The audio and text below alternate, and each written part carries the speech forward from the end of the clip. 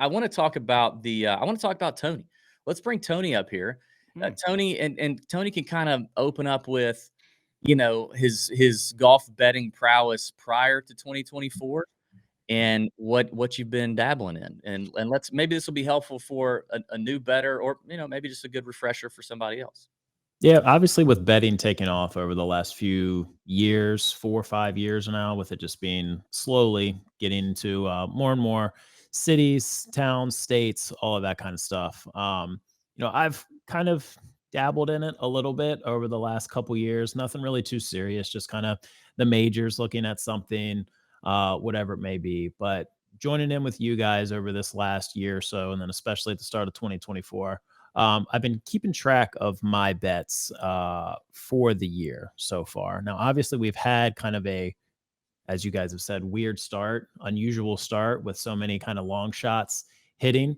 So I wanted to just get some tips from you guys as far as what would be some good strategy as far as what I'm doing. Basically, when I look at it, I kind of try to go by a little bit of our rundown with what we do with a favorite, mid range, long range, and then maybe a bomb or two. Um, I'm just doing straight outrights. No, not necessarily no. I've dabbled a little bit in the live betting aspect, which I was pumped for our boy Kenny last week with Waste Management, and I think I was more excited about that with seeing what he had rolling going into that final round and that sweat, that I threw a little bit of money on that in the fourth round just to kind of give myself a sweat, but Oh, more so nice. was more so just pumped for him, and wanted to see that come through for him. So yeah, I'll just go over kind of my strategy, and then you guys can nitpick that a little bit, and then maybe give me some tips as far as what to do better, what I couldn't do. Somebody just trying to learn the aspect of the betting side. So no unit shaming here. We don't shame my small No, my no, small my small units. not at all. Um, Unit shaming. so a unit for me is about $10. Your unit is welcome here, Tony. Um, Yeah, yeah. like, I want to All put my units unit. matter. I want to put my unit in a warm place, a warm, welcoming place. Of course. Why wouldn't you? Uh, Yeah. so like I said, I've just been throwing pretty much a unit on an outright. I'll do 3, maybe 4 per tournament. Nothing really live betting, no first round leader bets, no matchups, anything like that. It's pretty much just I'll look at an outright going into it, throw a little bit of that action on there, and then just watch the tournament. So strategy for that going into the tournament, I really like, kind of like Pat. Past performance is really the main thing that I've been looking at. So getting a little bit more familiar with BTN, using some of the models. Never done a custom model, don't really have any experience or anything like that doing that. So told you guys before, bet the number has really helped me just because it's a little bit easier to just see everything, and it's laid out really well. And it just helps me just initially from a visual standpoint, just understand everything. It's really laid out easy like that. So, yeah, like what advice would you guys give me as a newer better with some of that? Maybe sprinkle a little more on some matchups, some first round leader bets, maybe wait with some of the live betting like we had at AT&T a couple weeks ago with the weather there. You guys said it wasn't really a great opportunity there to just fire on some outrights pre-tournament. Yeah, just give me a little bit of the nitpick of the strategy. Well, I think for one, like you're, you talking about like throwing the live bet on there with Kenny just for fun. Like that's what we're doing. Like we do this for fun. We're not doing this to make a living.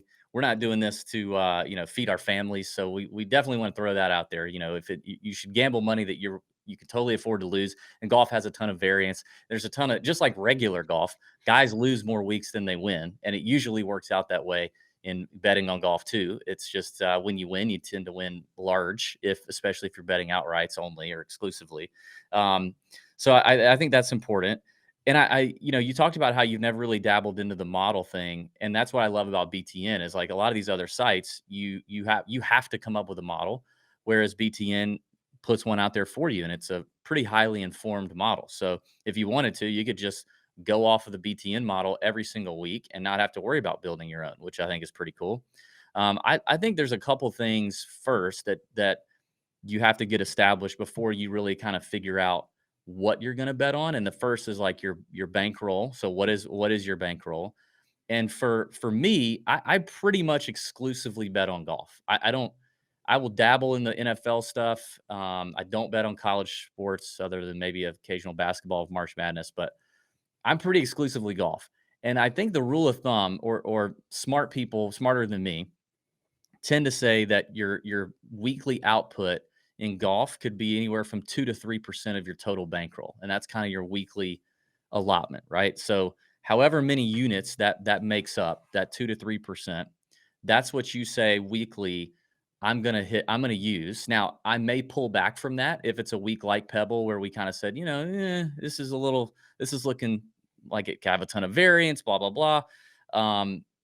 You may pull back, or there may be weeks where you just feel like you have a really good handle on it, a good edge, you feel strongly about it, or you're going to the tournament and you want to spend a little extra. So maybe you bump that up a touch. But for the most part, you stay disciplined in that 2 to 3% range. This is what I'm going to spend every week.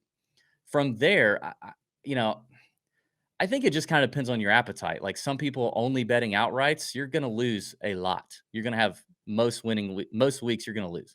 You're trying to hit an outright to win probably 6 to 7x the units that you put out every week. So you got to hit every 6 7 weeks to kind of keep up, right?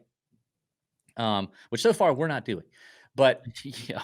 so I do think to me personally, my opinion is the better approach would be to have a little balance in the out of that 2 to 3% of your bankroll, to have a certain allotment of that being outrights, if that's what you like to do, whether it's pre-tournament and live. You could kind of save something for the live. But I think the finish position bets are my favorite other than the outrights. I mean, I think the finish position bets are just a lot of fun because you can still get plenty of plus money value. Which if you're used to betting the NFL or NBA or baseball, like you're not getting you got those guys freak out over a plus 120 bet, right? Like a plus 120 bet top 20 in most golf tournaments feels like a lock. And so I love the finish position bets. A lot of people love the matchups or three balls. I've not really had that kind of success. So I think as you learn, you figure out what you tend to have a good feel for, what you don't. I don't do too well in the matchups and three balls. So I kind of just stick to outrights, finish position bets. And now we're about to really eat on these live props. Pat, what do you have to say? Or what do you have to add there? Yeah, I mean, I would agree with a lot of what you said. I mean, I think for me, it would be, I like to see wins, right? I mean, wins Yeah. are fun to look at and to, to see your bankroll grow a little bit. And you're going to find that in your top 20s and top 40s and those kind of bets. I mean, that's just the smartest way to go to bet about it. Doing outrights is certainly difficult, and you're not going to see those wins all the time. Now they're fun. I still think you always sprinkle on the outrights for sure. And eventually they'll hit for sure. I mean, we've just had a weird start to the year, so Yeah. so for me, I think you kind of stay in that range to just try to see some wins, build the bankroll up a little bit. I do like the live betting. Usually after like round two. I think the matchups to me are fun, but I would rather do a round matchup than like a tournament matchup. Like I don't want to wait a whole tournament to see what happens between two players. Like I want to see what happens that day. So I like the round matchups a little bit better.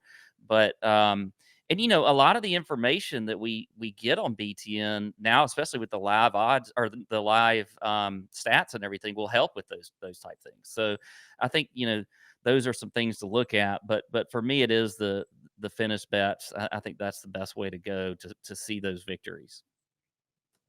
And I did. So the Super Bowl week was the first time that I really threw some, like, not threw some action down, but I had a winning week. Um, Nice.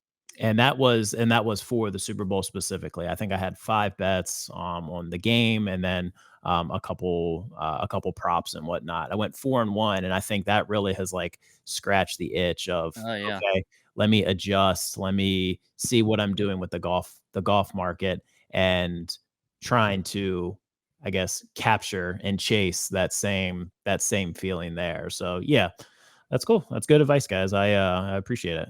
There's definitely nothing like hitting a big outright in golf. Like, Oh, it's fun to hit. I had a blast sweating Neiman the other week in the with the freaking penalty at Live. He had that two-shot penalty, and then we shot the 59 round one, and the two-shot penalty after round two, and then back and forth in round three, and then the playoff in the dark. That was fun. But he was like 12-1.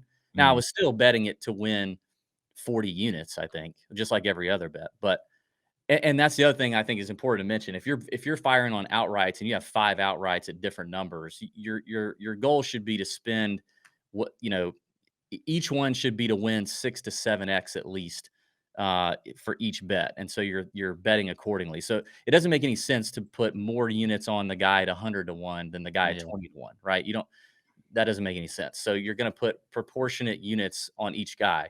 But even though hitting a 100-1 guy for me or a 20-1 guy for me is going to result in the same win, it is a lot of fun when you have a triple digit bomb that is going off and you're like, oh, could this happen?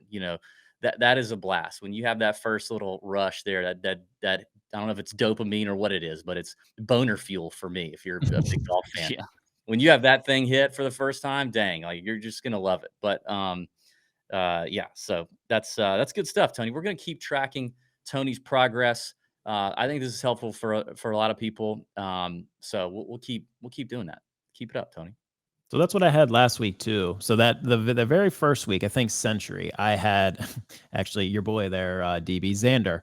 He was up in the top 5, top 10 on that final day, and that was kind of like a little bit of the scratch. Like, okay, this is pretty cool. Let's see if he can do this. Kind of my first Yeah, experience with the sweats and whatnot. So yeah, obviously he didn't pull that out. And then yeah, learning some of those kind of just techniques with it, like you said, you're looking to 6 7 times your bet. So that's what I did this past week at Riviera. I had JT at 16-1 that I had a full unit on, and then Tony Finau at 33-1 I just put a half, and then yeah. Sunjay at 80-1 I put a half too. And even just entering those in and seeing what the odds were and Hmm. possible payout, all that kind of stuff, that gave me the like, oh, okay, let me split this up a little bit more Yep. instead of just here's 1 unit, 1 unit, 1 unit. So Yep. Yeah, and then another tip is never bet Xander to win anymore. He's just a Yeah. loser. There we go. Um, and I guess one other thing I'll say is if you can, if you can shop and if you can have more than one book, it definitely makes sense to have more than one book and obviously know their rules, especially when we come to finish position bets. We talk about that a lot on our shows and in the Discord. Knowing that like BetMGM doesn't have dead heat rules, so they pay out in full for ties. That's a big advantage because you will get bit by the tie situation when you're betting finish positions at a top 20 and 6 guys are tied for 20th, and then your bet gets chopped on DK or FanDuel or something. So it is have more books if you can do it. So I think that would be the last thing. So that's Cool. one thing. I'm in Texas, and I'll let you guys go here. I'm taking up too much of the time, but I Yeah. am in Texas, which if and when sports betting becomes legal here, I'll be able to do that a little bit more. But maybe that's something in our Discord comments, whatever it is, drop it in as far as shopping. But I think that's good right now, where I can learn a little bit of that stuff, learn some of these, the dead heat rule, some of this stuff Yeah. that coming into it, I had zero idea what that even meant at all. So Yeah. learning that stuff before actually, I'll be able to dive into that fully. Yep. Good stuff. Thank you, Tony.